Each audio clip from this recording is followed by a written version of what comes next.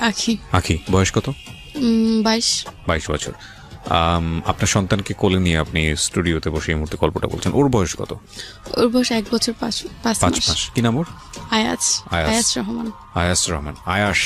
জি। আয়াস রহমান। ওকে। তো জন্ম জেলা কোথায় আপনার? মানে কোন? সাভার। সাভারে আপনি জন্মগ্রহণ করেছেন। বর্তমানে থাকছেন কোথায়? উত্তরা। উত্তরাতে। ঠিক আছে, শুরু করুন প্লিজ, যেখান থেকে বলতে ইচ্ছে করে। পুরো 22 বছরের গল্পটাই শুনতে চাই। আমার 2013-র ঘটনা। আমি তখন স্কুল 4-এ পড়ি। ক্লাস 4-এ পড়েন? জি, ক্লাস 4-এ পড়ি। বাবা কি করতো আপনার? বাবা কিছু করতো না, দোকান ভাড়া পেতো, ওখান থেকেই সংসার চলতো। আচ্ছা আচ্ছা। কয় ভাই বোন আপনারা? আমরা তিন ভাই 3 বোন। 3 ভাই 3 বোন। ওকে। আমার বাবা 2টা বিয়ে করছে। আমরা ছোট সংসারের। ছোট সংসারে। ওকে, বলেন। আর ভাইগুলো সব বড় সংসারের। ওকে। খুব চঞ্চল ছিলাম আমি, এর জন্য আমার লেখাপড়াটা হয়নি। এখন লেখাপড়া হয়নি, পরে বাসায় ছিলাম প্রায় অনেক দিনই। আচ্ছা। পরে একটা বিয়ের কথা আসলো। ক্লাস 4-এ থাকতেই? হ্যাঁ, ক্লাস 4 থাকতে। তখন তো বাদ দিয়ে দিয়েছি পড়াশোনা। আচ্ছা। বিয়ের কথা আসলো। ছেলে একটু প্রতিবন্ধী, পায়ের সমস্যা আছে। পরে বাবা মেনে নিল। বিয়ের ডেটও ঠিক হয়েছে কোরবানি ঈদের পরে, মানে একটু লং টাইম ডেটটা দিয়ে ফেলছে। পরে দেওয়ার পরে আরেক জায়গা থেকে বিয়ের কথা আসলো। বাবা আরেকজনকে আরেক জায়গায় একটা মেয়ে দেখাতে নিয়ে যাবে। পরে বাবা চিন্তা করলো ওই জায়গায় মেয়ে না দেখে আমার মেয়েটা আসছে। ছেলে আবার সিঙ্গাপুরে থাকে, ভালো, তার ফ্যামিলি একটু ছোট ধরনের, সে একটু সিঙ্গাপুরে থাকে, ভালো টাকা ইনকাম করে। এখন তার সাথে আমার কথা বলা দিল। কথা বলো না আগে যে লোকের সাথে আমার বিয়ের কথা ছিল, আমার বাবা একটু চালাকি করে আমার ভাবিদের ধারায় ওনাকে বাদ দিয়ে দিয়েছে। আমার এঙ্গেজমেন্টের কথাও ছিল। আচ্ছা। তাকে বাদ দিয়ে দিয়েছে। তারপর যাই হোক উনি চলে গেছে। খুবই কান্নাকাটি করছে, আমাকে বিয়ে করবি। এই প্রতিবন্ধী ছেলেটা? হ্যাঁ, আমাকে বিয়ে করবি। আচ্ছা আচ্ছা। তাদের অবস্থা অনেক ভালো ছিল। আচ্ছা। এখন বাবার তো রাগ, সে ওই ছেলেকে দিয়ে বিয়ে দিবে। প্রতিবন্ধী ছেলেকে দিই? না, সিঙ্গাপুরে যে ছেলেটা থাকে সেই ছেলেটা। আচ্ছা।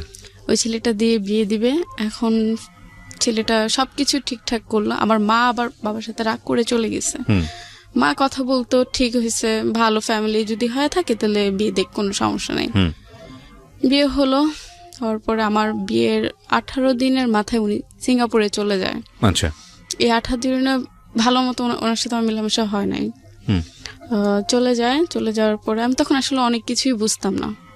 আপনার বয়স কত তখন যখন আপনার বিয়ে হয়েছে? তখন 13 থেকে 14 বছর বয়সে? হ্যাঁ, এরকমই হবে। ওকে।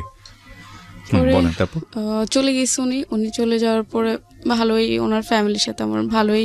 আসলে প্রথম একটা মেয়ে অন্যের ঘরে গেলে অনেক কিছুই মেন্টেল করে চলতে হয়। আসলে তখন আমি এত কিছু বুঝতাম না। তখন একটু মজার ভিতরে ছিলাম, একটু আনন্দের ভিতরে ছিলাম। কথাবার্তা চলতেছে, ছেলে তো সিঙ্গাপুরের, ভালোই হবে, একটু বাবার বাড়িতে আসা যাওয়া। পরে উনি আবার আসলো। ওনার সাথে আমার ফোনে কথাই হতো। আচ্ছা। ভিডিও কলে কথাই হতো।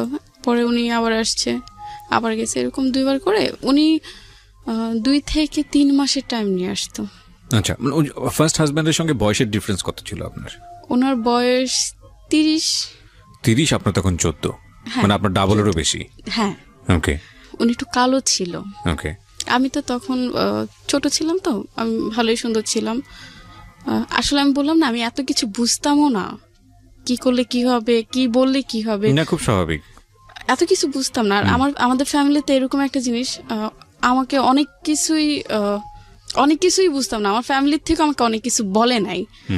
ভয় পেলে কি হবে, কেউ একটা কথা বলে কি উত্তর দিতে হবে, এগুলো আমাকে কখনো শেখায় না। জ্ঞানের প্রয়োজন সেগুলো কখনোই না।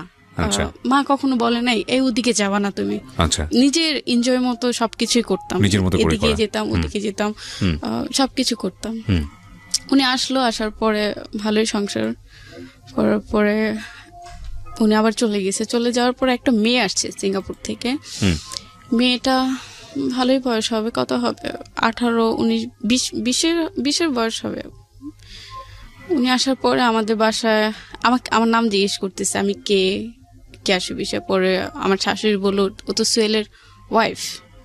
পরে বলতেছে ও সোহেলের ওয়াইফ, এ নিয়ে একটু মানে ওনার দিয়ে দেখলাম উনি একটু মন খারাপ করছে। পরে জিজ্ঞেস করলাম কে আপনি? মা বলতেছে আমাদের বাসায় ছিল মেয়েটা, আগে ছিল, আমরা অনেক যত্ন করছি মেয়েটার কেউ ছিল না, আমাদের বাসায় ছিল, আমাকে ফুপি বলে ডাকে। আমি সোহেলকে ফোন দিছি, আমাদের বাসায় একটা মেয়ে আসছে, মেয়েটা কে?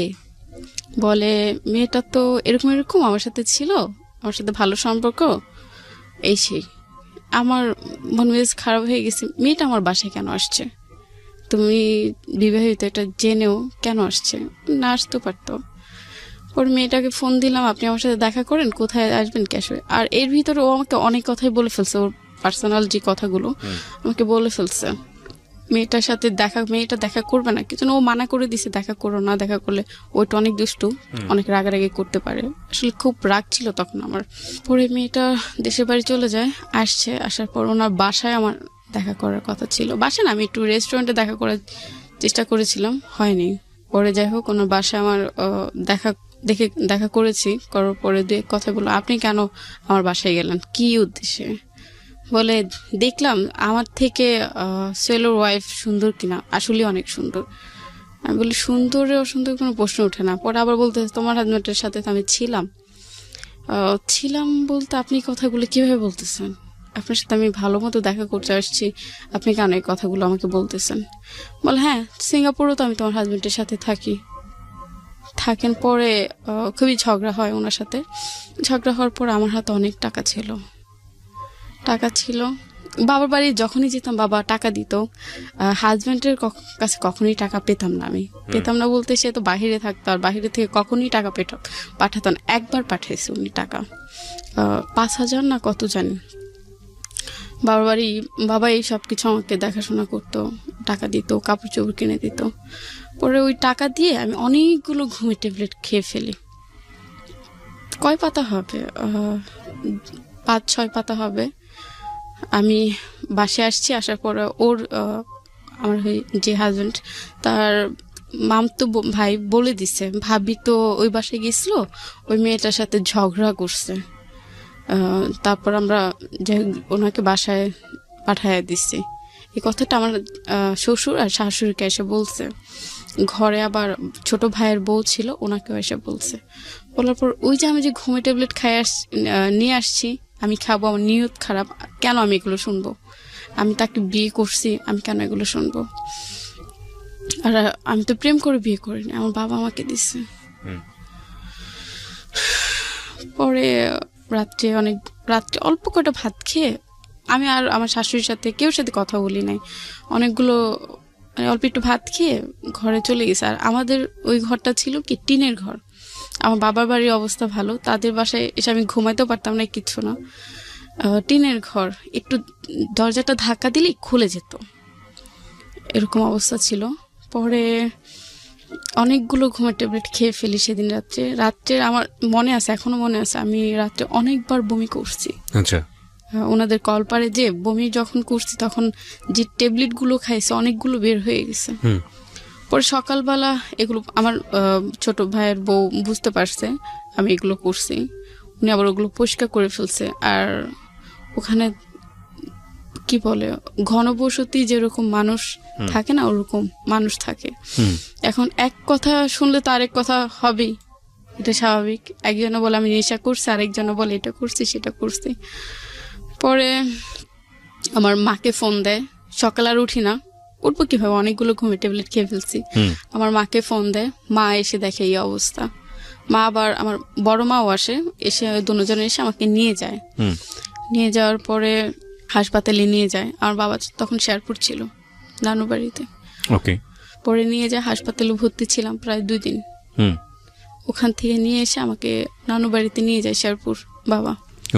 এখন উনি আমার এই কথাগুলো শুনে উনি সিঙ্গাপুর থেকে চলে আসছে, এসে ডাইরেক্ট ওনার মার কাছেও মনে হয় যায় নাই, গেছে কিনা আমি জানি না।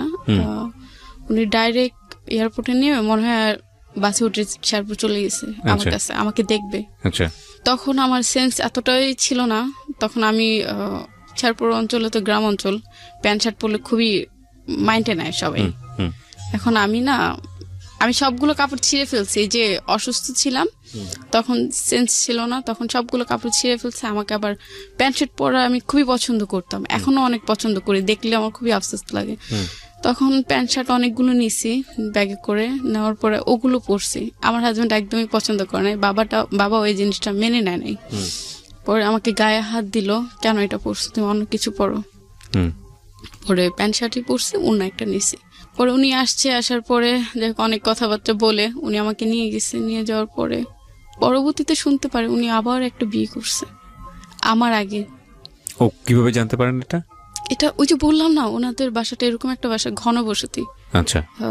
একজন একটা কথা বললে আরেকজনের মানে কান চলে যায়। যেমন আমি ঘুমের ট্যাবলেট খাইছি আর ওনারা বলতেছে আমি নেশা করছি, আচ্ছা আচ্ছা, ইয়াবা খাইছি, এটা খাইছি, সেটা খাইছি, এর জন্যই অবস্থা। এখন আমি কখনোই নেশা করি নাই, কখনোই না। শুনতে পারি ওনার একজন ওয়াইফ ছিল, ওনারা চালাকি করে ওনাকে বাদ দিচ্ছে অনেক বছর আগের কথা। পরে সোহেলকে জিজ্ঞেস করলাম এটা কেন করছো, আমাকে বলতে পারতা, আমার ফ্যামিলিকে বলতে পারতা তোমার ওয়াইফ আছে, বিয়ে করছিল, বা মানে আগে একটা বিয়ে করেছিল সে, হ্যাঁ, সেটা বলে আমাকে নিতে পারতো, বা আমাকে আমার ফ্যামিলিকে জানাতে পারতো। পরে আমার ফ্যামিলিকে এসে বললাম, বাবা এই ঘটনা, আপনারা কিভাবে দিলেন, এটা কিভাবে সম্ভব? বাবা আর কিছু বলেন। আর বাবা খুবই রাগী ছিল আমাদের বাসায়, বাবাকে অনেক ভয় পেত সবাই। পরে ওনার সাথে ওই যে মেয়েটারে যে আমি গায়ে হাত দিছি, এই মেয়েটার যে সোহেলকে উল্টাপাল্টা কথা বলছে, বলে এরপরের থেকে সোহেল আমার সাথে আর যোগাযোগ করে না, কথা বলে না। আমি একটু চকলেট, একটু আইসক্রিম খেতে খুবই পছন্দ করতাম, হিসাব ছাড়া। উনি কি করতো, অন্য মেয়েদের, বাংলাদেশে অন্য মেয়েদের তার সাথে খুব ভালো রিলেশন ছিল, সেই মেয়েদের ভিসা পাঠাইতো সিঙ্গাপুরে যাওয়ার জন্য। আচ্ছা। চকলেট পাঠাইতো, চকলেট পাঠায় ছবি তুলতো, মেয়েটা চকলেট খেত আর ছবি পাঠাইতো আমার কাছে। আমাকে খুবই বাজে ভাবে গালিগালাজ করতো, তুই এটা, তুই সেটা। মানে ওই মেয়েটার সাথে ঝামেলা করার পর থেকে আমার লাইফে শুরু হলো, তুই এটা, তুই সেটা। বিশ্বাস করবেন না, আমার আগের মোবাইলটা যদি থাকতো, যদি মেসেজগুলো দেখতেন, আপনি নিজেই কান্না করতেন। এগুলো আপনার হাজবেন্ড আপনাকে বলে বলে পাঠাতো? হ্যাঁ, আমার খুবই কষ্ট লাগতো। ওনার মা একদিন আমার গায়ে হাত দিল এসব কারণেই। ওনার ভাইও বিবাহিত, ওনার একটা বেবি আছে। ওনার ভাই বাসা আবার কেউ ছিল না, ওনার মাও ছিল না, আমি আবার একা বাসায়। পরে ওনার ভাই সুযোগে সদ্ব্যবহার করছে। রাত্রে ফজর একটু আগে সে আমার রুমে এসে, বললাম না দরজা ধাক্কা দিলেই দরজা খুলে যায়, উনি বাসার রুমের ভিতর ঢুকে। তখন আমার আসলে বলার কিছু ছিল না, আমি কেউ কিছু বলতেও পারি না, কিচ্ছু না। সকালবেলা মাকে ফোন দিয়ে বলি, মা ওর ভাই তো আমার সাথে এই ঘটনা। মা বলতেছে কেউ কিছু বললো না, বললে ঝামেলা হবে। বিশ্বাস করবেন না, আমার মাথা পায়ের থেকে মনে হয় মাটি ছিল না। ওনার ওয়াইফ দেশের বাড়িতে যায়। কার ওয়াইফ? ওর আমার হাজবেন্ডের ছোট ভাই, আপনার দেবরের ওয়াইফ? দেবরের ওয়াইফ ইয়েতে যায়, গ্রামের বাড়িতে যায়। এখন আমার শাশুড়িও বাসায় ছিল না, উনি ভোর সকাল আগে চলে গেছে। উনি আবার জব করে, সরকারি জব করে। উনি আবার ভোর সকাল আগে চলে গেছে। যাওয়ার পরে আমি আবার টয়লেট থেকে এসে দরজা ভালো মতো আটকে নেই, কিছু না, ভাবছি সকাল হয়ে যাবে, সবাই উঠবে। আপনার হাজবেন্ড কি তখন দেশের বাইরে? হ্যাঁ, দেশের বাইরে ছিল। তখন যে কৌশল আমার রুমে ঢুকে সে আমাকে বলতেছে, ভাবি চার্জারটা দেন। ওরা আমি অনেক বিশ্বাস করতাম, একসাথে ওর ওয়াইফের সামনে একসাথে সাইডে শুয়ে টিভি দেখতাম। আমার পুরো আমার শাশুড়ি, আমার শ্বশুরের সামনে করতাম, শুয়ে টিভি দেখতাম। ওর মেয়ে ছিল, মেয়েটা বুকে নিয়ে টিভি দেখতাম। এখন সে বলতেছে, ভাবি চার্জারটা দেন। আমি শুয়ে আছি, দরজাটা ধাক্কা দিয়ে তুমি চার্জারটা নিয়ে যাও। পরে চার্জার নেয় নাই, সে রুমে ঢুকেই আমাকে মুখ চাপ দিয়ে বাজে একটা। আমি ইন ডিটেইল নিতে চাচ্ছি না, সামহাউ যে ঘটনাটা ঘটেছে। তারপর সে বিশ্বাস করবে না, আমি কখনই ভাবি নাই ও আমার ছোট ভাইয়ের ভাই, ওরা আমার নিজের ভাইয়ের মতো দেখতাম। কিছু একসাথে ঘুমাতাম, একসাথে কথা বলতাম। এরকম একটা ঘটনার পর আপনি কি করলেন? এরকম একটা ঘটনা ঘটে যাওয়ার পরে তখন মাকে বললাম, মা এই ঘটনা, সে তো আমার সাথে এটা করছে। মা বলতেছে কেউ বলার দরকার নাই, বললে তোমার সংসার টিকবে না। পরে ঘুমিয়েছিলাম অনেকক্ষণ, খুবই কষ্ট পাইছি। আবার সেদিন আবার আমার হাজবেন্ডের জন্য গরু মাংস পাঠানোর কথা ছিল বাইরে। কোন দেশে থাকতো? সিঙ্গাপুরে কথা ছিল ওনার জন্য গরু মাংস রান্না করো। তখন আমার শাশুড়ি বলতেছে, কি হয়েছে, এরকম শুয়ে থাকলে হবে, যাও বাজার থেকে গরুর মাংস কিনে নিয়ে আসো, অল্প আছে আরো নিয়ে আসো। আপনি শাশুড়িকে বলেছিলেন এই ঘটনাটা? আমার মা বলেছিল। আপনার মা বলেছিল, রেসপন্স কি ছিল? কোনোটাই না, বলতেছে আমার ছেলে আসুক, আমার ছেলেকে জিজ্ঞেস করব।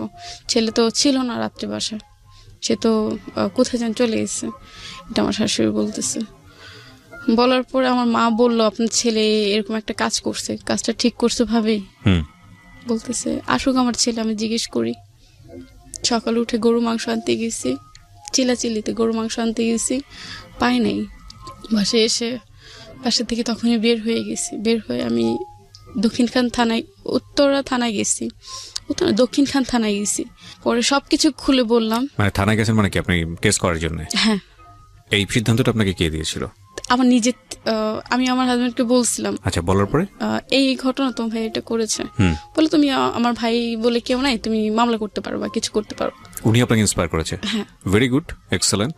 খুবই কষ্ট লাগছে কি জন্য, তার ভাই সে কিছু না বলে সে আমাকে বলে মামলা করতে, খুবই কষ্ট লাগলো। না, এটা তো আমি মনে করি যে সে আপনাকে ভালো সাজেশন দিয়েছে। প্রথম কথা হচ্ছে বলবো তো পরে, আগে মামলা করুক, আইনি অ্যাকশন আগে নিক, কারণ আইনি অ্যাকশন না নিলে তো এগুলো প্রুফ থাকবে না। ঠিক আছে, আপনার কাছে আপনি হয়তো বিষয়টাকে কিভাবে দেখেছেন সেটা আপনার বিষয়, বাট আমার জায়গা থেকে আমি মনে করি যে সে আপনাকে ভালো সাজেশন দিয়েছে। হ্যাঁ দিয়েছে, ওই যে ভাই বলে কিছু বললো না, আমাকে বলছে ভাইকে কিছু বলে না, বলেছে আগে মামলা করো। আচ্ছা, তারপর আমি গেলাম ওই থানায়, এবার মামলা হবে না। কেন হবে না? আপনি পুলিশকে বলেছেন যে এই ঘটনা ঘটেছে? হ্যাঁ, সব বলেছি। আসলে আমি প্রমাণটা ছিল না। প্রমাণ তো পুলিশ ইনভেস্টিগেট করবে, মেডিকেল করবে, তারপরে প্রমাণ করবে। সেটা তো আসলে আপনি কি করেছেন ওখানে গিয়ে আমাকে একটু বলুন। ওনাকে আমি সব বলেছি এই ঘটনা। উনি বলছে কোথায়, জায়গাটা কোথায়?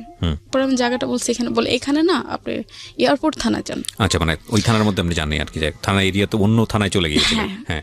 আমি জানতাম না কোন থানায় গেলে কি হবে। আচ্ছা, এটা আমি জানতাম না, যেন কখনোই ভাবিনি আমি থানায় যেতে হবে। ওকে।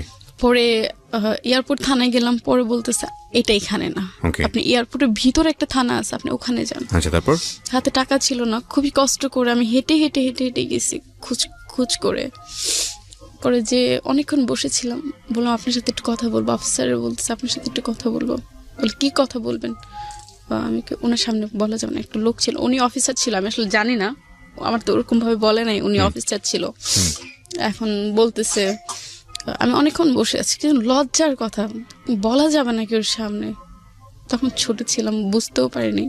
অনেকক্ষণ পরে বলতেছে, বলে উনিও তো অফিসার, আপনি বলেন ওনার সামনে কি বলতে চান। আপনি অনেকক্ষণ ধরে বসে আছেন। দুজনে কি পুলিশ অফিসার? হ্যাঁ। কোনো মহিলা অফিসার ছিল না থানাতে? ছিল না। আচ্ছা, তারপর পরে বললাম আমার সাথে এই ঘটেছে, এই ঘটনা, আমি মামলা করতে চাই। আপনার বয়স কত? কই 14 হবে, 13-14 হবে। বলে আপনাকে বিয়ে দিছে, আপনার বাবা মাও ধরে নিয়ে যাব, আপনার শ্বশুর শাশুড়িকে ধরে নিয়ে যাবে, কিন্তু আপনি নাবালক। তখনই আমি আসলে নাবালক ছিলাম। দুজনকে ধরে নিয়ে যাব। একটু ভয় লাগছে, আমার শ্বশুর বাড়ির লোকগুলো ধরলে আমার কোনো আপত্তি না, আমার বাবা মাকে যদি ধরে তাহলে আমার খুবই কষ্ট লাগবে। আমার কারণে আমার বাবা মা কিছু হবে, সেটা আমি কখনোই চাই নাই, ভয় লাগছে। তারপর বলতেছে আপনার শ্বশুরের নাম্বার আছে? হ্যাঁ আছে। আমার শ্বশুরও ফোন দিয়ে বললো আপনার ছেলের বউ আসছে, এই ঘটনা কি হয়েছে। পরে আমার শ্বশুর উল্টাপাল্টা বুঝাইতেছে, আসলে এগুলো মিথ্যে কথা, সেই মিথ্যে কথা প্রচার করতেছে বা কিছু। আমি বলি আপনি মেডিকেলে যদি নিয়ে যান আমাকে নিতে পারেন, আমার কোনো আপত্তি নাই। পরে আমাকে অনেক কিছু বুঝে ওখান থেকে, আমার শ্বশুর যখন বলছে মিথ্যে কথা এগুলো প্রচার করতেছে, তখন ওই অফিসারটা অনেক কিছু বুঝে আমাকে ওখান থেকে বিদায় করে দিচ্ছে। অফিসারই আপনাকে বুঝিয়ে পার করে দিয়েছে ওখান থেকে? কি বুঝিয়েছে আপনাকে? আপনার বাবা মাকে ধরে নিয়ে যাবো, কিছু আপনি নাবালক। সেটা লিগ্যাল অ্যাকশন থেকে অফিসার 100% কারেক্ট কথা বলেছে, এগুলো বলে আমাকে পাঠিয়ে দিয়েছে। সে আমাকে আসলে ওরকম ভাবে গুরুত্ব দেয় নাই আপনার কাছে মনে হয়েছে। হ্যাঁ, বাট সে আপনাকে যে কথাটা বলেছে সেটা কিন্তু কারেক্ট। 13-14 বছর বয়সে যে বাবা মা বিয়ে দেয় তারা কিন্তু ultimately is one kind of crime. এবং সে যদি লিগ্যাল পার্সপেক্টিভ থেকে যদি দৌড়ায় তাহলে আপনার বাবা মাও কিন্তু আসলে এই ঘটনার প্রেক্ষাপটে কিন্তু টান পড়তে পারে। তো আমি জানি না, আমি I am not a lawyer, but আমার মনে হয় পুলিশ যেখানে আপনাকে যে এটা বলেছে সেটা বলেছে ঠিকই আছে। তবে একটা জিনিস আমার মনে হয় যে থানাতে আসলে ওই সময়টাতে আপনি ডিমান্ড করেছেন কিনা জানি না, কোনো মহিলা পুলিশ তো থাকার কথা যাকে গিয়ে আপনি ওই সময়টাতে পাননি। তো আপনি কি করলেন, কি সিদ্ধান্ত নিলেন তারপরে? পরে মন উঠে গেছে তাদের উপরে। পরে মা বলতেছে একটা ইয়ের ভিতরে চলে আসো, সমাধানের ভিতরে চলে আসো। কি সমাধান? আমার শ্বশুরের সাথে কথা বলবে, তার সাথে কথা বলবে, মানে আমার দেবরের সাথে কথা বলবে। আর আমার হাজবেন্ড তো ওই যে খারাপ ব্যবহার শুরু করেছে, সে আবার এখনো নেশাপানি করে। আচ্ছা, তো খারাপ ব্যবহার শুরু করেছে মানে কি সিঙ্গাপুর থেকেই? হ্যাঁ, কি বলতেছে ভিডিও সে? কলে বাজে কথা বলতো, বাজে জিনিস দেখাতো, এই সেই বিভিন্ন ধরনের কথাবার্তা। তার সাথে আমি মন খুলে কখনোই কথা বলতে পারতাম না। বয়সের গ্যাপ ছিল 16 বছরের মতো। আচ্ছা, কখনই মন খুলে কথা বলতে পারতাম না। সে ওই যে বললাম না, ঝামেলা হওয়ার পর থেকে আমার সাথে অনেক ঝামেলা শুরু করছে। পরে মা ওনার বাসায় আসলো, আসার পরে আমার শ্বশুরে আমার কথা না শুনে আশেপাশে মানুষকে নিয়ে আসছে, একটা মহিলা নিয়ে আসছে, এনে বলতেছে উনি সাক্ষী, কি হয়েছে না হয়েছে কিছুই হয় নাই, আপনার মেয়ের এমনি বাজে কিছু প্রচার করতেছে, বাজে কিছু প্রচার করতেছে। আমি কি মিথ্যে কথা বলছি? আমার সাথে যে ঘটনা ঘটেছে আমি তো সত্যি কথাই বলেছি। পরে এক সময় তারা আমার মার সাথে কথা বললো, ভাবি এটা আমি দেখতেছি। আমার শ্বশুরও বলতেছে, ভাবি আমি এটা দেখতেছি। বললো আমার দেবরকে 2টা থাপড় দিছে, ওনার শরীরে যত জোর ছিল 2টা থাপড় দিয়ে বলতেছে সমাধান হয়েছে, আমার ছেলেকে তো আমি মারছি। পরে 2 দিন পরে আমি বলতেছি, মা আমি এভাবে থাকবো না, আমার থাকা সম্ভব না। আবার আমার দেবর ওয়াইফ এসে আমাকে খুব বাজেভাবে চিল্লাচিল্লি করতেছে, হ্যাঁ আপনার ইয়ে ভালো না, এই সেই বিভিন্ন ধরনের কথা বলতেছে, বাজেভাবে চিল্লাচিল্লি করতেছে। আমার আর মন ইয়ে হয় না আমি ওই বাসায় ফিরে যাবো বা ওই বাসায় আমি থাকবো। পরে আমার বাসায় যে জিনিসপাতি দিয়েছিল ওগুলো আমার মা নিয়ে আমাকে নিয়ে চলে আসছে। সেই দিন আবার আমার শাশুড়ি গায়ে হাত দিছে, আমার নাক দিয়ে রক্ত বের করে ফেলছে, ঠোঁট দিয়ে, মানে প্রচুর গায়ে হাত দিছে, ঠোঁট দিয়ে রক্ত বের করে ফেলছে। পরে আমি চলে আসলাম, আসার পর আমি আর ওনার কাছে যাইনি। কয়দিনের সংসার আপনার? 3 বছর। 3 বছরের সংসার? হ্যাঁ। তার মধ্যে ম্যাক্সিমাম টাইম হাজবেন্ড দেশের বাইরে? দেশের বাইরে ছিলই না, ধরতে গেলে ছিলই না সে আমার কাছে। আর ছোট ছিলাম, বললাম না, অনেক কিছুই বুঝি না, হাজবেন্ডের না পেলে কি হবে সেটাও বুঝতাম না। তারপর উনি আসে নাই, ওর সাথে ঝামেলা শুরু করছে। উনি এক হিসেবে বলতেছে আমাকে ডিভোর্স দিয়ে দাও। উনি বলতেছে? হ্যাঁ, আমি একদিন প্রচুর কান্না করছি কোয়ার্টারের ভিতরে, যে আমি পারতেছি না, আমার সহ্য হচ্ছে না। তো ভাই এই ঘটনা ঘটেছে, আমি আলাদা একটা ফ্ল্যাট নিয়ে আমি চলে যাব, একটা ভাড়া থাকবো, আমি থাকবো না এখানে আর। বলতেছে থাকবো না, ঠিক আছে, আচ্ছা তুমি বাসা দেখো। বাসা দেখলাম 1টা 2টা 3টা, একটা বাসা অ্যাডভান্সও করে আসছি। সে বলতেছে না থাকা যাবে না, তুমি তো মার কাছে চলে যাও। যাই হোক, ওখান থেকে অ্যাডভান্সে টাকা নিয়ে চলে আসছি মার কাছে।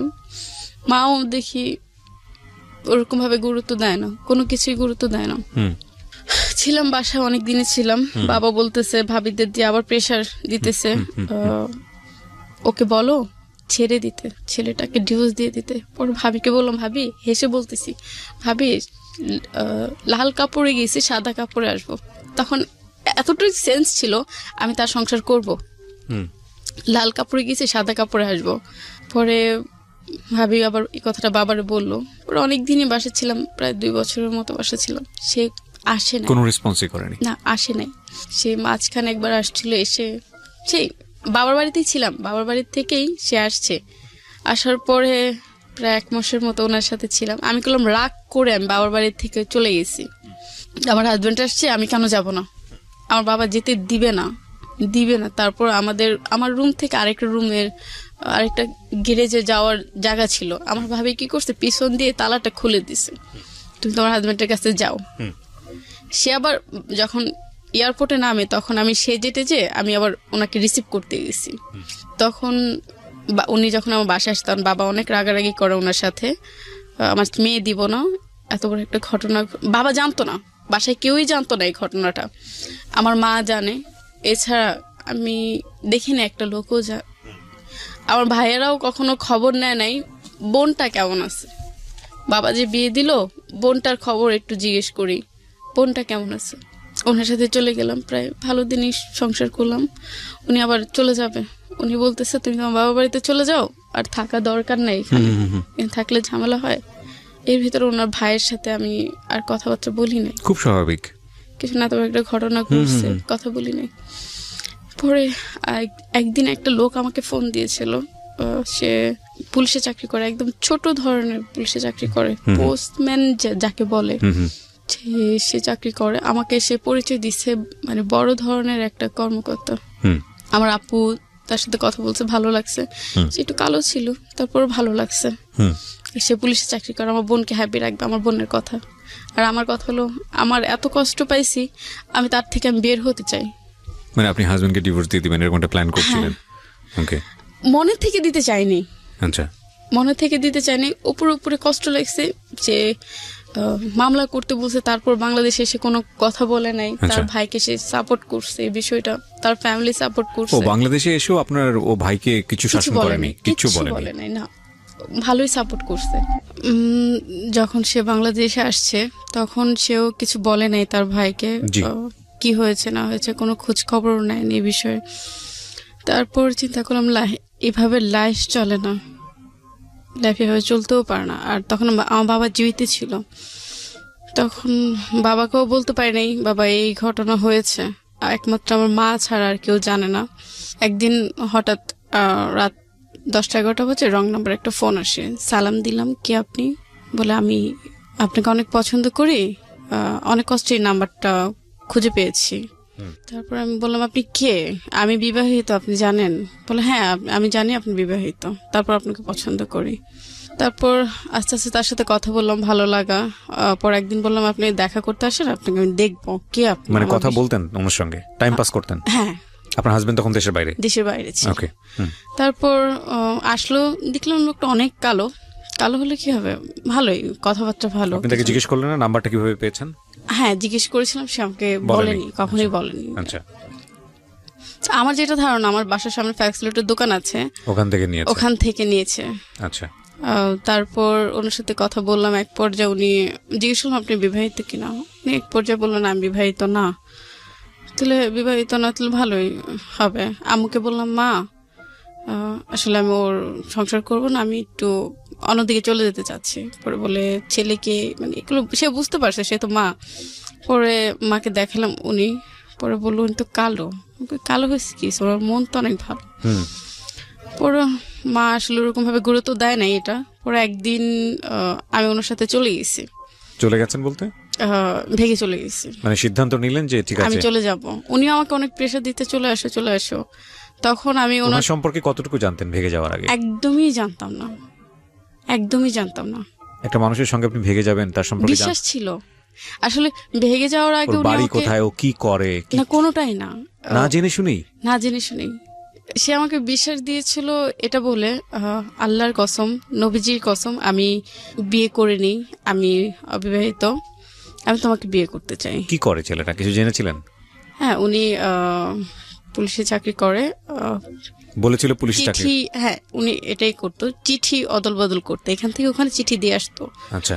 এটা কি বলে জানি না, আমি নিজেও জানি না। আচ্ছা, তো এইরকম একটা পোস্টে সে ছিল? হ্যাঁ ছিল। ওই যে আল্লাহর কসম, নবীজির কসম, মানে সে যখন বলছে তখন আমি এমনি গুলো গেছি। একটা মানুষ তো মিথ্যা কথা বলতে পারে না আল্লাহ নিয়ে, আর কোরআন শরীফ নিয়ে তো মিথ্যা কথা বলতে পারে না। তারপর এই বিশ্বাসে তার সাথে আমি চলে গেছি। তারপর আমার ফ্যামিলি প্রচুর খুঁজছে, আমাকে পায় নাই। আচ্ছা, চলে কোথায় গেলেন? আমি একটা হোটেলে ছিলাম। আচ্ছা। প্রায় 2-3 দিন ছিলাম। বিশ্বাস করবেন না, যখন আমি গেছি তখন আমার বাবার বাড়ি থেকে কিচ্ছু নেইনি। তারপর সে ভাবছে কি আমি অনেক কিছু নিয়ে আসবো, টাকা নিয়ে আসবো, এটা নিয়ে আসবো, সেটা নিয়ে আসবো। সেটা চিন্তা করছে, ভাবছে এত বড় লোক নিয়ে আসতে পারে, কারণ এক জায়গায় চলে গেলে তো অনেক কিছুই আনতে পারে। আর সে আমার আগের হাজবেন্ড, সে তো বাইরে থাকে, না জানি কত কি আছে। পরে দেখলো আমি কিচ্ছু নিই, একমাত্র গাড়ি ভাড়া ছাড়া আমি আর কোনো টাকা পয়সা কিছু নিইনি। পরে উনি আমাকে অভাব দেখালো, আখে আমার থেকে তো টাকা নাই, এখন কি করব? বলে তেলে দেখো তো মাকে বলে কিছু টাকা আনতে পারো কিনা। আমি আসলে ওরকমই দুর্বল ছিলাম, আর বুঝতে পারিনি ওনার চিন্তা ভাবনা কি। বাসার থেকে মাকে বলতাম মা টাকা দাও, তখন একটু জানছে আমি একটা লোকের সাথে ভেঙে গেছি বা কিছু। মাও প্রচুর রাগারাগি করছে, টাকা দিতে চায় না। পরে দিচ্ছে, অল্প টাকায় দিছে। পরে অনেকদিন ছিলাম হোটেলে। থাকার পরে ওর এক বন্ধু বললো এভাবে তো থাকা সম্ভব না, আর তোমার থেকেও তো টাকা নাই, মানে যে লোকটার সাথে ভেঙে গেছি সেই লোকটার থেকেও টাকা নাই, তাহলে কি করবো, একটা বাসা ভাড়া নাও, আমি টাকা দিব, তোমার সংসার করো। আচ্ছা। তখন আমাদের কিছুই ছিল না, একটা ছোট একটা বাসা ভাড়া নেই, খুবই মানে কষ্টে সংসার করেছি। আর তার সাথে আমার ফোনে বিয়ে হয়েছে। জি। সে মুখে যেভাবে, যেমন আপনি আর আমি কথা বলছি এরকম ফোনে তার সাথে আমার বিয়ে হয়েছে।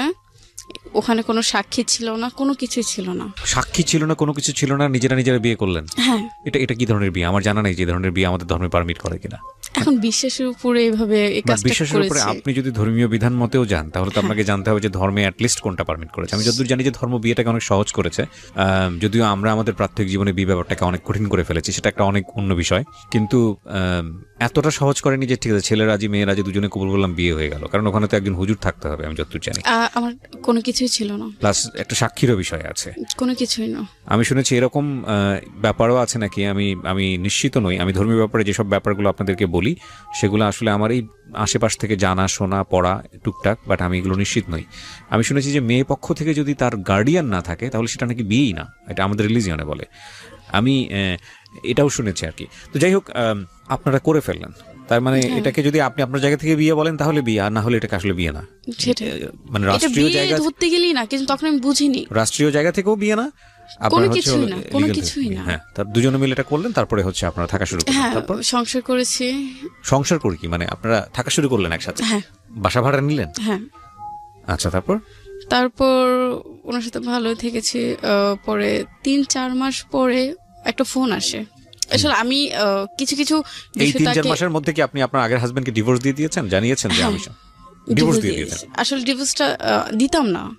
সে আমাকে খুব প্রেশার দিচ্ছে আর খুব বাজেভাবে গালিগালাজ করতেছে, বলতেছে তুমি আমাকে প্রেশার না দিলে তোমার বড় ধরনের ক্ষতি হবে। আর একটু লোভ দেখাইছে, যদি মানে আমাকে ডিভোর্স দাও তাহলে আমি তোমাকে সিঙ্গাপুরে নিয়ে যাব। আচ্ছা, ডিভোর্স দিলে সিঙ্গাপুরে নিয়ে যাব। আচ্ছা। পরে বলতেছে তাহলে আমার এক বন্ধুর ধারা আমি সবকিছু রেডি করি, তুমি এসে ডিভোর্সটা দিয়ে দাও। আসলে আমি অনেক কিছুই বুঝি নেই। দেনমোহরের টাকাটাও আমি নিইনি তার থেকে, কখনো বলি না আমার দেনমোহরের টাকা লাগবেই। তখন টাকার দিকে আমার এত আগ্রহ ছিল না। তারপর তাকে ডিভোর্স দিয়ে দিলাম, তার সাথে সম্পর্ক একদম শেষ। আর আপনার বাড়িতে জানতো আপনি কোথায় আছেন, আপনার সেকেন্ড হাজবেন্ডের সঙ্গে আছেন কিনা? ওনার নাম কি ছিল? নামটা বলতে চাচ্ছেন? মাসুম। মাসুমের সঙ্গে আপনি আছেন, এটা কি বাড়িতে জানতো? তেমনটা জানতো না। তো কোথায় আছেন খোঁজ খবর নিত না? খোঁজ খবর নিত না, বাবা তো ত্যায্য করে দিয়েছে। ওই ফার্স্ট ডিভোর্স দেওয়ার সঙ্গে সঙ্গে ত্যায্য করেছে নাকি ওখান থেকে বের হয়ে যাওয়ার সঙ্গে সঙ্গে ত্যায্য করে দিয়েছে? বের হওয়ার সাথে সাথে ত্যায্য করে দিয়েছে। ত্যায্যটা কি মৌখিক ভাবে নাকি একদম লিখিত ভাবে? আমি যত জানি যে লিখিত ভাবে এগুলো নাই, রাষ্ট্রীয় নিয়ম এগুলো করা যায় না। মুখে বলেছে তুমি আমার আজ থেকে সম্পর্ক নেই, ত্যায্য মেয়ে। হ্যাঁ, ওকে, ঠিক আছে। তারপর আমার হাজবেন্ডকে মেনে নেয় নাই বাসায় কেউ। আমার 3টা ভাইও মেনে নেয় নাই। আর বাবা তো দূরের কথা, বাবা আসলে ওখানে একটু ভুল করেছে। আমি ছোট মেয়ে, আমি ভুল করে ফেলেছি। বাবার উচিত ছিল, তার অনেক নামি দামি লোকেদের সাথে হাত ছিল, সে একটা ফোন দিলেই আজকে আমি ওখান থেকে বের হয়ে চলে আসতে পারতাম, এরকম বাবার ক্ষমতা ছিল। বাবা করেনি, ঠিক আছে, রাগ করে সিদ্ধান্ত নিয়েছে, করেনি। তো কি হলো? আপনি সংসার করছিলেন 3 মাসের মাথায় আপনার একটা ফোন আসলো, আপনি যেটা বলছেন 3-4 মাসে একটা ফোন আসলো। ফোন আসার আগে আমি একটু কিছু কিছু মানে জিনিসগুলো খেয়াল করতেছি। ওনার 2টা সিম, একটা সিম বন্ধ থাকতো আর আরেকটা সিম ওপেন থাকতো সবসময়। আবার উনি আবার কয়দিন পর পর বলতো কি, আখে স্যারের বাড়িতে যাব, ফোন দিতে পারবা না, ওখানে নেটওয়ার্কের সমস্যা। তারপর উনি এরকম করলো, প্রায় কয়েকবারই করলো।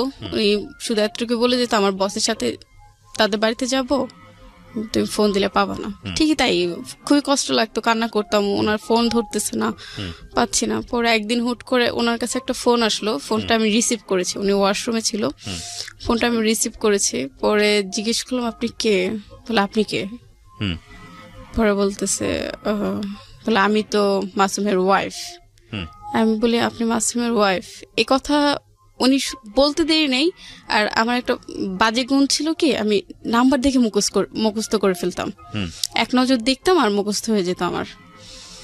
তারপর উনি সাথে সাথে মোবাইলটা কেটে বাসার থেকে বের হয়ে ওনার বন্ধুর বাসায় গেল, যেন ওনার ওয়াইফে দিয়ে ফোন দেওয়া হয়েছে। আমি তো শিল্পীর বাসায় ছিলাম,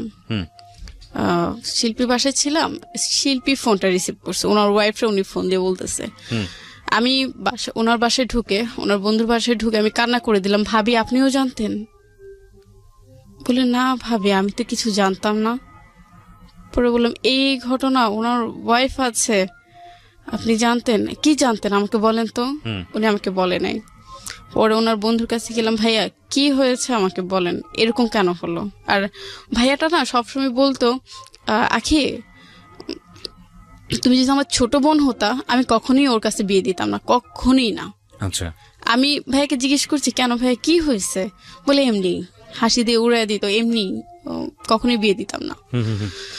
ভাইয়া বলল ওনার তো একটা ওয়াইফ আছে, একটা বেবি আছে। 3 মাস সংসার করার পরে, 4 মাস সংসার করার পরে। তারপর আমি ওনাকে জিজ্ঞেস করলাম, আপনার এগুলো আছে আপনি কেন বলেননি আমাকে? আমার একটা সংসার ভেঙে আপনি নিয়ে আসছেন, আপনার উচিত ছিল এই কাজগুলো করার।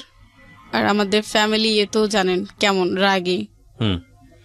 পরে বলতেছে, আসলে আখি তোমাকে ভালোবাসি, পছন্দ করি, এর জন্য তোমাকে আমি নিয়ে আসছি। বলে আমি কখনোই আনতাম না, আর তোমাকে অনেক ভালো লাগছে, আমি অনেক ভালোবাসি। তুমি একটা কাজ করো, তোমার বাসা থেকে টাকা এনে দাও, আমি ওনাকে ডিভোর্স দিয়ে দিব, ওনার বেবি সহ।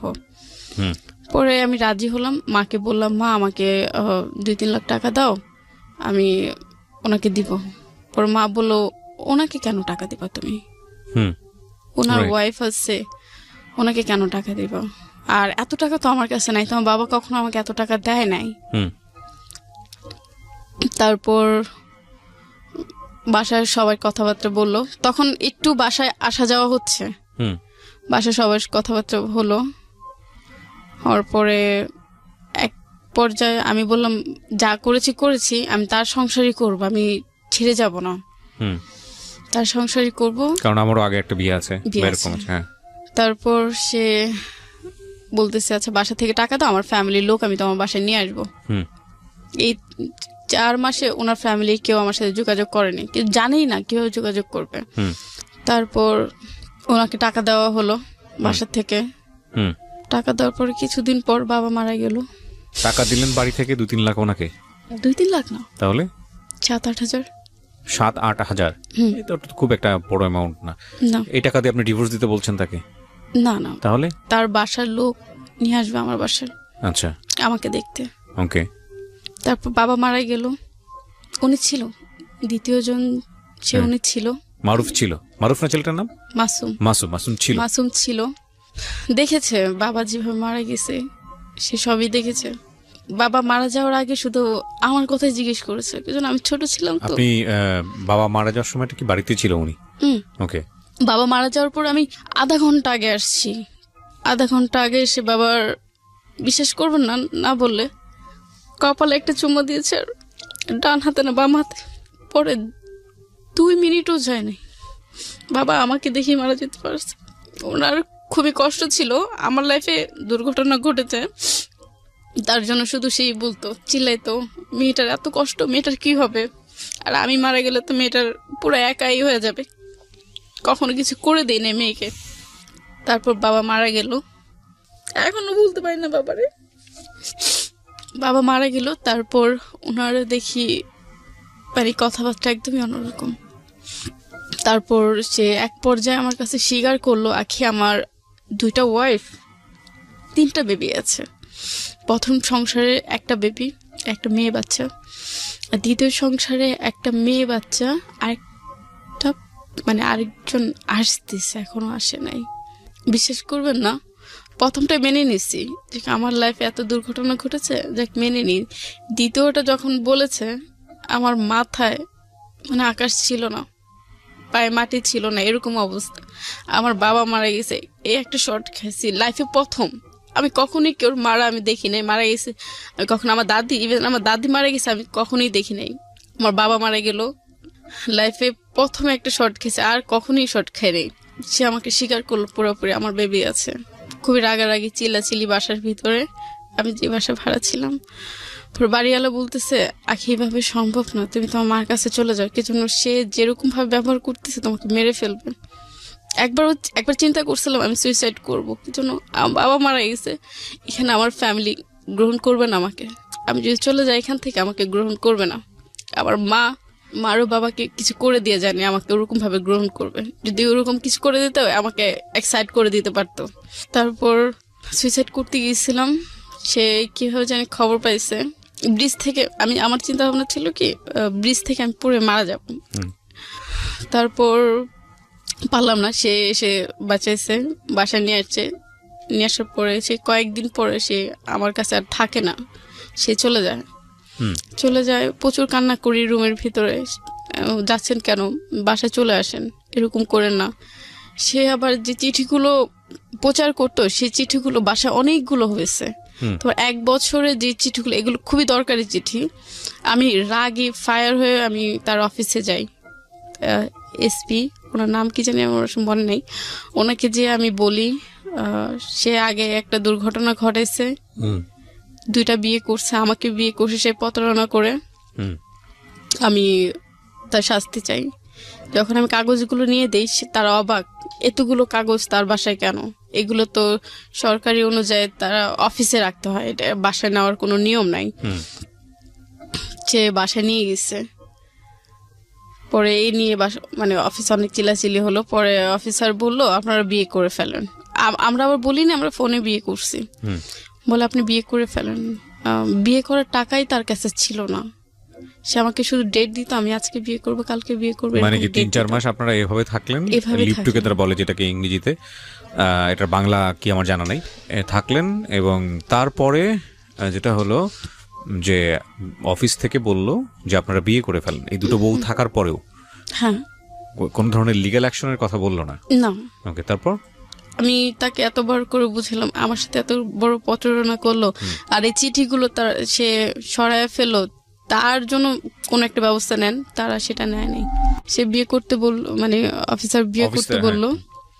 তারপর সে শুধু ডেট দিত, আজ আসবো কাল আসবো। এর ভিতরে সেদিনই আমি আমার বাবার বাড়িতে চলে গেছি, একটু সাইন করতে হবে মামলার কাজে, সাইন করতে হবে। কি যেন বাবা মারা গিয়েছে, এখন আমরা 3 ভাই 3 বোন আর 1 মা, ওনাদের ছাড়া তো সাইন হবে না, সরি 2 মা, সাইন হবে না। এখন আপনার বাবাও 2টো বিয়ে? ওকে, 2টো বিয়ে করলে কি হবে? ওনার লাইফটা এরকম ভাবে চলছে, আমি আমার লাইফে কখনো দেখিনি। মানে দুজনকেই খুব সুন্দর করে ম্যানেজ করেছে। ওকে, আমি আমার বাসায় যাই, এর ভিতরে আমার ফোন আসে, বাড়িওয়ালা ফোন দিয়েছে, বলতেছে আখি বাসা থেকে সবকিছু নিয়ে মাসুম চলে গেছে। কোথায় গেছে বলে জানি না। আচ্ছা, তাকে ফোন দিছি, কোথায় গেছেন আপনি? বলে তোমার সাথে আর থাকবো না, আমি চলে যাচ্ছি, তুমি আর আমার সাথে যোগাযোগ করার চেষ্টা করবে না। পরে বললাম আপনি এত বড় ধোকাটা আমাকে দিতে পারলেন, এত বড় প্রতারণাটা করতে পারলেন, এখন আমাকে ছেড়ে চলে যাচ্ছেন। ওই বাসা প্রায় 1 মাসের মতো ছিলাম, উনি বাসা ভাড়া দিছে, 1 মাসের মতো একা ছিলাম। পরে খুবই কান্না করছি, বিশ্বাস করবেন না, আমার কান্নায় গাছের পাতা সহ মানে কান্না করে ফেলছে, এত কান্না করছি আমি। খাবারও ঠিক মতো উনি দিত না, খুবই কষ্ট রাখছি, খাবার দিত না, একটা জামাও আমাকে এই 6 মাসে একটা জামাও আমাকে কিনে দেয় নাই। আচ্ছা, তারপর আমি যখন চলে আসি তখন আমি যেভাবে উনি আমাকে বিয়ে করেছিল আমি সেভাবে ওনাকে আমি তালাক দিয়ে আসি। আচ্ছা, যেভাবে আমার বিয়ে হয়েছিল ওভাবে তাকে তালাক দিই, দিয়ে আমি চলে আসি। তারপর একটা লোকের সাথে আমার দেখা হয়েছিল টিকিট আনতে যায়। পরে এত বড় সিরিয়াল ছিল আসলে। টিকিট? এটা ট্রেনের টিকিট। ট্রেনের টিকিট কাটছিলেন কেন? উত্তরায় আসবার জন্য, কমলাপুর থেকে উত্তরায়। কমলাপুর থেকে উত্তরায় আসবেন, হ্যাঁ। তারপর উত্তরায় কেন আসবেন? উত্তরা বাবার বাড়ি। ও, উত্তরাতে আপনার বাবার বাড়ি ছিল, আর কমলাপুরে আপনারা থাকতেন? হ্যাঁ। আচ্ছা, তারপর একটা লোকের সাথে দেখা হলো, কথা হলো। আসলে আমি বলতে চাইনি, সে যখন টিকিট খুঁজছি আমি এত বড় সিরিয়ালে দাঁড়াবো, আমার গাড়ি চলে যাবে, ওই লোকটা সামনে ছিল। পরে বললাম ভাই আমাকে একটা টিকিট এনে দিবেন। পরে উনি টিকিট এনে দিল। পরে জিজ্ঞেস করছে আপু আপনি কোথায় যাবেন? বললাম আমি উত্তরা যাবো। বলছে আমিও তো উত্তরা যাবো, চলেন। যাই হোক 1-2 কথাতে কথা হয়েছে। উনি আমাকে একটা ভিজিটিং কার্ড দিয়েছে, কোনো বিপদে পড়লে আমাকে ফোন দিয়েন। তারপর ওনার এখান থেকে চলে আসছি, প্রায় অনেক দিনই হয়েছে। তো একটু দুষ্টু মন, তো দুষ্টামি করতে করতে ফোন দিয়ে ফেলেছি। আর উত্তরে আমি একটু শপিং করতে যাব, প্রয়োজনীয় জিনিসপাতি কিনবো। তারপর তাকে ফোন দিয়েছে, কেমন আছেন, ভালো আছেন, মানে জিজ্ঞেস করতেছি। পরে বলতেছে আপনি কোথায়? বলি আমি বাবার বাড়িতে আসছি। আবার সে করলাম সবকিছু বলতে দ্বিতীয় জনের কথা জানতো, আমি ওনার সাথে ছিলাম, এইভাবে এই ঘটনা ঘটছে। তারপর উনি আমার সাথে দেখা হলো, কথা হলো। তারপর উনি এক পর্যায়ে আমাকে বলে ফেললো, আপনি কি আমাকে বিয়ে করবেন? মানে কি প্রথম দেখাতেই এই ধরনের কথাবার্তা? না, প্রায় 1 মাসের মতো মোবাইলে কথা হয়েছে। আর এর ভিতর তো ওনাকে আমি সবকিছুই বলেছি। পরে উনি আমাকে বললো, আপনি কি আমাকে বিয়ে করবেন? পরে বললাম, আমার লাইফে এত ঘটনা ঘটেছে, আপনি কি জানেন? জেনে শুনে তো একটা মেয়ে কিভাবে নেওয়া যাবে না, আপনি তো কিছুই জানেন না। বলে, আমি জানি আপনার বিয়ে হয়েছে, এই ঘটনা এসে। আমি বলি, না, আমাকে আরেকটা বিয়ে হয়েছিল। পরে বলি, কি হয়েছিল আপনি আমাকে বলেন তো। তখন ওনার সাথে আমার সরাসরি কথা হচ্ছে। আপনি আমাকে সাথে দেখা করেন, তারপরে যদি মনে হয় আপনি আমাকে বিয়ে করবেন তাহলে আমি রাজি, আর যদি মনে হয় না আপনি আমাকে বিয়ে করবেন না তাহলে আমি চলে যাব, কোনো সমস্যা নেই। পরে ওনাকে সবকিছু খুলে বললাম।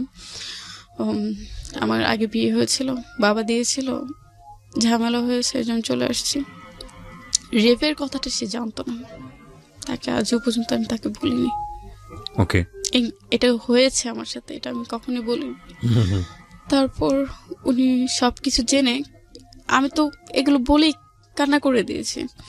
তারপর সে কি বললো, আখি, আমার লাইফও একটা ঘটনা আছে। কি ঘটনা? আমার ওয়াইফ ছিল, ডিভোর্স হয়ে গেছে, একটা বেবি আছে। বেবিটার ছবি দিল, বিশেষ করবেন না, বেবিটা আমি বাচ্চাদের আদর করতাম, প্রচুর প্রচুর আদর করতাম, হিসাব ছাড়া। তারপর বেবিটার দেখে আমার ভালো লাগলো, যে বেবিটা যদি আমাকে দিয়ে দেয় তাহলে আমি আল্লাহর রহমতে আমি তাকে পালবো। কোনো মা তার বাচ্চাকে ছাড়তে চায় না, কখনোই চাবে না। তারপর ওনার সাথে কথা হলো। পরে এক পর্যায়ে আমি বললাম, আপনি আমার বাসায় প্রস্তাব পাঠান। সে প্রস্তাব না পাঠায়, সে আমার কাকার সাথে না, আমার এক ভাইয়ের সাথে যোগাযোগ করে আমার বাসায় আসলো। আমার ফ্যামিলি রাজি, এই জন্য শুনেছে সব দুর্ঘটনা ঘটেছে শুনেছে। আর তারও একটা দুর্ঘটনা আছে, সেটা আমার ওই ভাই বলছে আমার ফ্যামিলিকে। বাসা সবাই রাজি। বাসার থেকে তার বাসে গেল। তার বাসা যখন যায় তখন তার মা আমার মাকে বলতেছে, তার তো ওয়াইফ আসছে, কেন আপনি মেয়েকে দিবেন? আসলে ওরকম গুছায় বলতে পারেনি, আমার মাও বুঝে নাই। তারপর ওখান থেকে চলে আসে, তখন বলল, তুমি ইয়ে করো, বিয়ে করবা, লোকজন নিয়ে আসো। আর এর ভিতরে আমার সব কেনাকাটা শেষ, বিয়ে কেনাকাটা শেষ। প্রায় উনি 2 লাখের মতো খরচ করেছে আমার পিছনে, কেনাকাটা শেষ। যাই হোক, উনি বিয়ের তারিখ দেয়, এটা দেয় সেটা দেশে, লোক নিয়ে আসে না। পরে এক পর্যায়ে সে বলতেছে, আমার বাসা থেকে লোক আসবে না, আমি নিজেই বিয়ে করব। পরে আমার ফ্যামিলির সাথে আমার মার একটু ঝামেলা হয়, রাগে পরে আমার আম্মু করে যে আমাকে বিয়ে দেয়। আপনার মা ছিল এই বিয়েতে? ছিল, তৃতীয় বিয়ে। জি, মা ছিল, আমার এক ভাই আর মা যে করে বিয়ে দেয়। পরে সেদিনই আমার বাসা থেকে আমি চলে যাই তার বাসায়। ভালোই সংসার করতেছি। কতদিন পরে আমার একটু, আমি এর ভিতরে তার খোঁজ খবর নেয় নাই, কি হয়েছে না হয়েছে, কি জন্য তার বাসা ফাঁকা পেয়েছে আমার বাসার লোক, ওনার ওয়াইফ ছিল না, তাহলে ডিভোর্সই হয়েছে। আর আমি ওরকম ভাবে দেখি নাই বা খোঁজ খবর নেই ওনার ওয়াইফ আছে কিনা। তারপর একদিন, ওই যে বললাম না, এক দেখাতে আমার নাম্বারগুলো মনে পড়ে যায়। জি, এখন ওনার ওয়াইফের নাম্বার যেভাবেই হোক, আমি তখন তার মোবাইল ধরতাম, ওনার ওয়াইফের নাম্বার আমি পেয়ে যাই। পেয়ে যাওয়ার পরে আমি জিজ্ঞেস করি, আমি আসলে পরিচয়টা দেই না, জিজ্ঞেস করি, কে আপনি, কোথায় থাকেন, তার সাথে ডিভোর্স হয়েছে কিনা। সে আবার বুঝে যায়, শিক্ষিত মানুষ তো বুঝে যায় আমি একটা মেয়ে তার সাথে আছি, এরকম বুঝে যায়। তারপর পরে আমি পরামর্শ দিলাম, আপনি চলে আসেন, তার সংসার করেন, এরকম পরামর্শ দিলাম। কি যেন আমি চিন্তা করছি, তখন যদি সে আসে, তার ওয়াইফ আসে, তাহলে আমি আল্লাহর রহমতে তাদের পিছু থাকবো না, আমি তাদের মিল করে আমি চলে আসতে পারবো, এরকম একটা চিন্তা ভাবনা ছিল। ওনার সাথে কথা হলো, সংসার হলো। তারপর আস্তে আস্তে শুনি উনি বাসায় চলে আসছে, আমার শ্বশুর বাড়ি চলে আসছে। কি হবে, যেখানে আমার ওঠার কথা ছিল সেখানে সে আসছে বেবি নিয়ে, থাকতেছে, কথা বলতেছে, সবকিছু হচ্ছে। আর ও তো ওনার খাবারের খরচ সবকিছুই দিচ্ছে। কার? ওনার ওয়াইফের। মানে ওনারও একটা ওয়াইফ ছিল, ছিল। সেটা আপনি জানতেন না তখন? জানতাম না। কবে জানছেন, কিভাবে জানছেন, সেদিকে আগে আমরা, হ্যাঁ বলেন। তারপর পরে ওনার ওয়াইফে সবকিছু দিচ্ছে, আমি এর ভিতরে ঝামেলা করলাম, আপনি কেন এরকম করছেন? বলে এখন চলে আসছে, আমার বেবির খাতির আছে, সবকিছু করতে হবে। আমি কি ওনাকে বাসা থেকে কবে নামাচ্ছেন? বলে নামাবো না, উনি থাকবে, বেবিটা বড় হোক তারপরে নামাবো। আস্তে আস্তে ওনার সাথে প্রায় 2 বছর সংসার, 6 মাসের মাথায় আমার বেবি আমি কনসেপ্ট করি। তারপর কথা হয়, যোগাযোগ হয় ওর সাথে। আর ও দেখি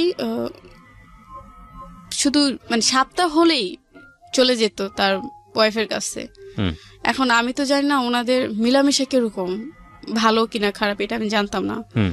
তারপর একদিন উনি এতই অসুস্থ হয়ে গেছে, উনি ওনার বাসার লোক এসে ওনাকে নিয়ে গেছে। বিশ্বাস করবে না, চোখ পুরোটা বাদ হয়ে যাওয়ার অবস্থা, প্রচুর কান্না করতেছে রুমের ভিতরে। পরে ওনার ফ্যামিলি এসে ওনাকে নিয়ে যায়। নিয়ে যাওয়ার পর স্বাভাবিক একটা মেয়ে তার হাজবেন্ড চলে গেলে তার পরের দিন তাদের বাসা যাবে, আমি আমার বাচ্চা নিয়ে তার পরের দিন তার বাসায় গেছি। বিশ্বাস করবেন না, যাওয়ার পর অনেক ঝামেলা হয়েছে, অনেক গালিগালাজ। সে বলতেছে আপনি জানেন তার ওয়াইফ, আমি এখনো লিগেল তার ওয়াইফ, আমি আপনার নামে মামলা করতে পারি। ওকে, আমাকে এই হুমকিটি দিতেছে। পরে আমি বললাম আপনি মামলা করবেন, করেন, আমি ওর সংসার ছেড়ে যাব না, আপনি কি করবেন করে নেন। তারপর এগুলো বলার পর অনেক ঝগড়া হয়, অনেক কিছু। রাগে আমি ওকে নিয়ে আসি ঝামেলা করে, তুমি আসো আমি তোমাকে ডাক্তার দেখাবো। এর ভিতরে শুনি উনি মানে ওই মহিলা ওনাকে ডাক্তার দেখাচ্ছে, সেবা যত্ন করতেছে, সবকিছু করতেছে। আর এর ভিতরে আমি আমার ফ্যামিলির কাছে গিয়েছিলাম ওর চিকিৎসার জন্য, আমার ফ্যামিলি করেনি। আমার ফ্যামিলি অনেক দেখেছে আমার সংসারে, অনেক টাকা পয়সা দিয়েছে, অনেক কিছু করেছে। তারপর আমি ওনাকে নিয়ে আসি। বিশেষ করবেন আমার যে জায়গা ছিল, আমি জায়গাটা বিক্রি করে দিই। কোথায় জায়গা ছিল আপনার? ঢাকাতে? ঢাকাতে। কতটুকু জায়গা ছিল? ভালো জায়গা ছিল, প্রায় 3 লাখ টাকার মতো পেয়েছি। কোথায় এটা? এটা রাজাসন। ওকে, 3 লাখ টাকার মতো পেয়েছি। ওর পিছনে বিশেষ করে এই রোজার মাস আমার 3 লাখ টাকাই শেষ, রোজার মাসটা আমার 3 লাখ টাকাই শেষ। তারপর উনি সুস্থ হয়নি, উনি এখনো অসুস্থ, এত ডাক্তার দেখাচ্ছে, এত কিছু করতেছে, উনি অসুস্থ। ওনার মন শুধু ওখানেই পড়ে আছে। আমি যে ওনাকে যুদ্ধ করে নিয়ে আসছি, ওনার গায়ে বাজে না। প্রায় 1 বছর ধরে উনি আমার প্রচুর অভাব দিচ্ছে। আমার বিশ্বাস করবেন না, আমার বাবুটার বয়স 1 বছর 6 মাস রানিং চলতেছে। একটা দুধের ডিব্বা আমি আমার বেবিকে এনে খাওয়াইতে পারিনি, এতটা অভাব। আমার বেবি এখন অসুস্থ, আমার বেবিকে আমি ডাক্তারের কাছে নিতে পারিনি। আমি আমি এত বড় একটা মানে অসুখের ভিতর আছি, আমি আমার ডাক্তারের কাছে যেতে পারি না, টাকার অভাবে। আর সে তো ভালো আমাকে অভাব দিয়ে আছে, কি জন্য তার চাকরি নাই, সে চাকরি করতেছে না, এখন সে ঘরে বসে। দুটো সংসারই মেইনটেইন করছে? আমি করছি। মানে আপনি তো করছেন আপনার সংসার, সে দুটো বউকে মেইনটেইন করছে। উনি কিভাবে করবে? উনি তো এখন টাকা নাই। উনি কোথায় থাকে? আপনার সঙ্গে থাকেন নাকি আগের ওয়াইফের সঙ্গে থাকেন? ওখানে থাকেন। আপনার ঘর ভরণ পোষণ দেন উনি ঠিক মতো? দিতে পারেন না। আমার বেবিটার বললাম না, আমার বেবিটার যে দুধের ডিব্বা এনে খাওয়াবো, সেই ক্ষমতাটা আমার ছিল না, এখনো নাই। আমার বাবার বাড়ি থেকে যদি ভাইয়াকে বলি, ভাইয়া বাবুটা এই অসুবিধা, আর বিশ্বাস করবেন না, বাসার সবাই ডাইরেক্ট মানা করে দেয়, কেন তোমার হাজবেন্ড আছে না, তার কাছে চাও। তখন বলি, কান্না করে বলি, আমার বাচ্চাটার তো কেউ নাই, দাদার বাড়িও তো কেউ নাই, ফুপ্পিরাও নাই, থেকেও নাই। একটা ফোন দিও, আমার বাচ্চাটা এত বড় হয়েছে, ফোন দিয়েও জিজ্ঞেস করে না আখি তোমার বাচ্চাটা কেমন আছে। ওর বয়স কত এখন? 1 বছর 6 মাস। 1.5 বছর। এখনো জিজ্ঞেস করে না, এখনো রানিং চলতেছে, এখনো জিজ্ঞেস করে না আমার ভাইয়ের ছেলে কেমন আছে। খুবই কষ্ট লাগে, খুবই কান্না পায়। ঈদ গেলে আমি শ্বশুর বাড়ি যেতে পারি না, আমার বাচ্চাটা তার দাদার চেহারা দেখতে পারে না। আমার বাচ্চাটা যে আমি একা কিভাবে পালতেছি একমাত্র আমি জানি, আর আল্লাহ জানে। এখন আমার বাচ্চা অসুস্থ, দেখলে আপনি বুঝতে পারবেন, সে ক্ষমতা নাই আমি তাকে ডাক্তারের কাছে নিব। আর বিশ্বাস করবেন না, আপনার এখানে যখন আসছি আমি তেহারি খেয়েছি, আমি কয় বছর পরে যে আমি তেহারি খেয়েছি আমি নিজে বলতে পারবো না। আমি গরু মাংসের চেহারা দেখি না, মাছের চেহারা দেখি না। আমার বাবার বাড়িতে আমি কখনোই অভাব দেখি নাই, আমার এই হাজবেন্ডের কাছে এটা আমি এত অভাবে পড়ছি, আমার বাচ্চাটার আমি ঠিক মতো আমি টেক কেয়ার করতে পারি না। আমি এখানে আসলে না পুরো গল্পটা শুনে আমার কাছে যেটা মনে হচ্ছে, খুব ছোট্ট একটা গল্প কিন্তু অনেক বড় গল্প আমরা খুব ছোট করে উপস্থাপন করলাম এখানে। আমি এখানে একটা জিনিস যেটা দেখলাম, মানে আপনি যে ফ্যামিলিতে বড় হয়েছেন, আপনার বাবাকে প্রতি সম্মান রেখেই বলছে, আল্লাহ তাকে জান্নাত নসিব করুক, তিনি চলে গেছেন। প্রত্যেকটা জায়গায় আপনার বাবার ফ্যামিলি থেকে শুরু করে আপনার নিজের জীবনে যেখানে যে ঘটনাগুলো ঘটে গেছে, এখানে একটা জিনিসের মিল আছে, সেটা হলো বহু বিবাহ।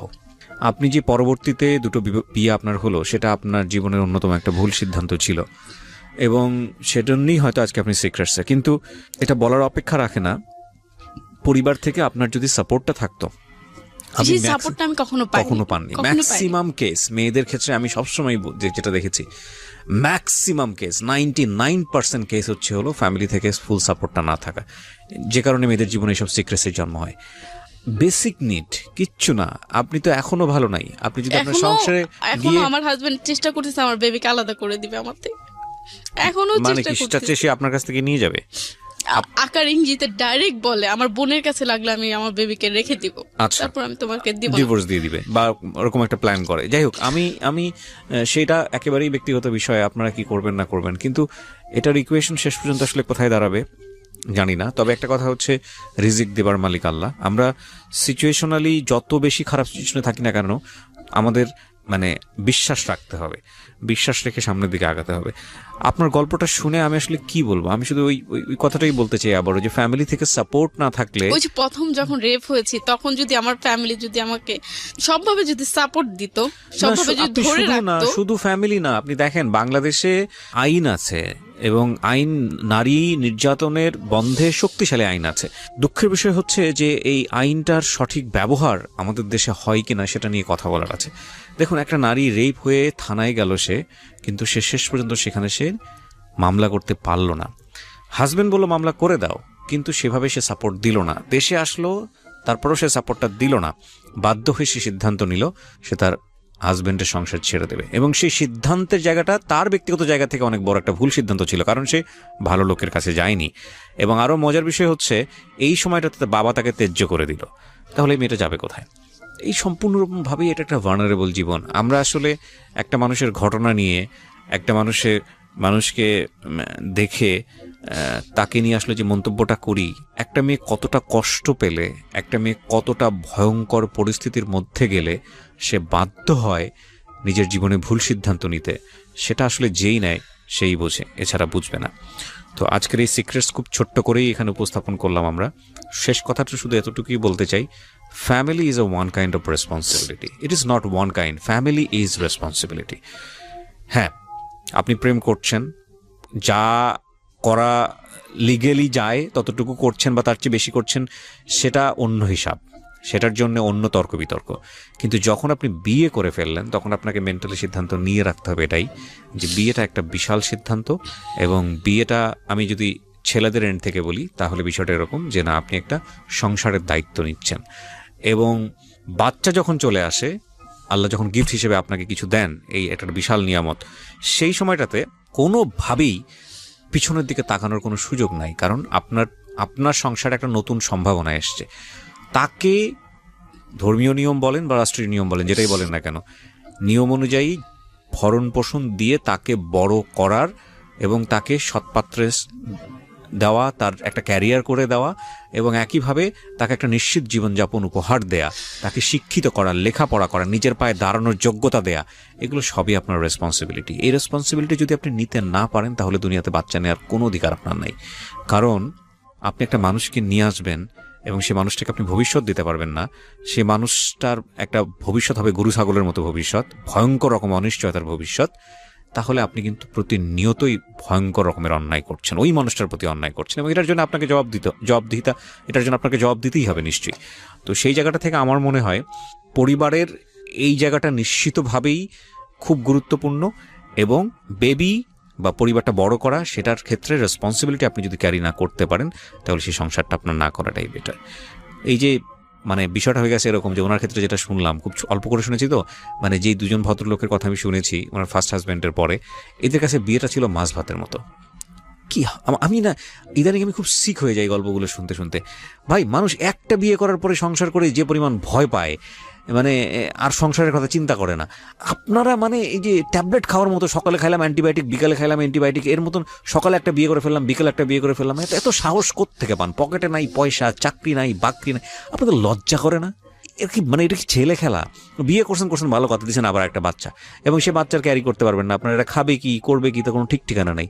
এই লোকগুলো আবার বাইচাও থাকে দুনিয়াতে। আমার তো মনে হয় যে এই যে 3-4টা ওয়াইফ যাদেরকে বিয়ে করে, এরা যদি সবগুলা যদি একসাথে হইতে পারে, এরা আবার করে কি, এরা আবার বোকা, চরম বোকা। এই মহিলারা ভয়ানক রকমভাবে বোকা। আচ্ছা, আপনারা যেটা করতে পারেন, এই যে আপনি যে ওই মহিলাকে হিংসা করেন, এটা হয়তো ন্যাচারালি আসে, সে কারণে করেন। আপনারা দুজন এক হয়ে যেতে পারেন না? 3জন মিলে এক হয়ে যেতে পারেন না? গিয়ে আপনারা লিগেল স্টেপ নেন না কেন? বা আপনারা 3জন মিলে তারপরে ওরা ধরেন না কেন? ধরে এসে তারপরে বোঝা, তুই ভাগ দে, তুই কার কাছে কতটুক থাকবে, তোর শরীরের অর্ধেক থাকবে এখানে। সরি, আমি রেডিওতে প্রোগ্রাম করছি, I should maintain some language, but আমার না খুব মানে অবাক লাগে যে স্টুপিডিটি লিমিটলেস।